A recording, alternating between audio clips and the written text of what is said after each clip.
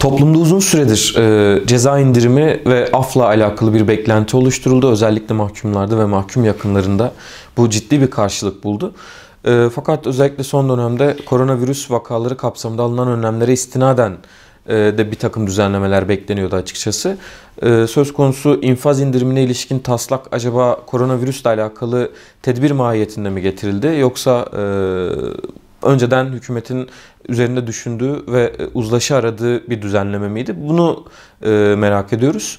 Her halükarda infaz indirimini faydalı buluyoruz. Cezaevlerinin doluluk oranının çünkü sınırları aştığını biliyoruz. Fakat bu infaz indiriminin tüm mahkumlara ve tüm suçlara eşit bir şekilde, adil bir şekilde yansıması gerekiyor. Önceki düzenlemelerin tamamında adli mahkumlara öncelik tanınırken, siyasi mahkumlarla alakalı herhangi bir düzenleme yapılmazken, şu anda konuşulan düzenlemede biz tüm suçlara eşit bir muamele, adil bir muamele yapılması gerektiğini düşünüyoruz. Zira bir kesimin infazı 4'te 3 iken bir kesimin infazının 1/2 olmasının hakkaniyete aykırı olduğunu düşünüyoruz.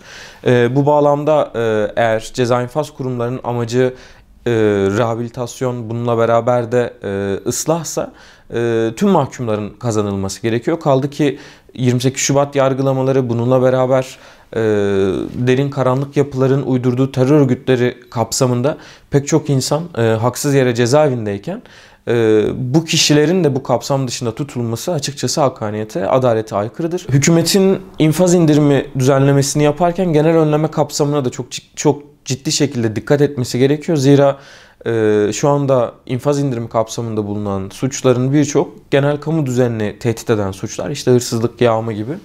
Bu bağlamda bu infaz indiriminden yararlanacak mahkumların tekrardan bu suçları işlememesi ve kamu düzenini tehdit etmemesi gerekiyor ki aksi takdirde sürekli bir af veya infaz indirimi alışkanlığı suçlar üzerinde oluşmasın.